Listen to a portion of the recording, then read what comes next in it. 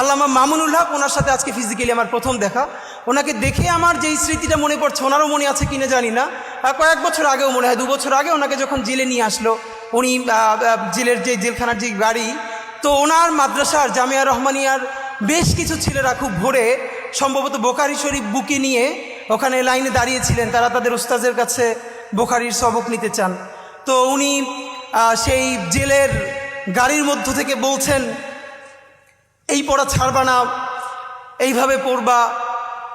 আমি ভাবি আসলে এই যে মাদ্রাসার শিক্ষা, মাদ্রাসার শিক্ষক ছাত্র জুলুম, এ নিয়ে তো প্রচুর কথা বলি, কিন্তু সত্য কথা এই পরিবেশটা আসলে বোঝা যায় মানে রুহানিয়াত এমন জিনিস, মানুষ নিজের চেয়ে নিজের উস্তাদকে ভালোবাসতে পারে। এটা মনে হয় সম্ভবত খুব কাছ থেকে না বুঝলে আসলে, না চিনলে মানুষ বুঝবে না।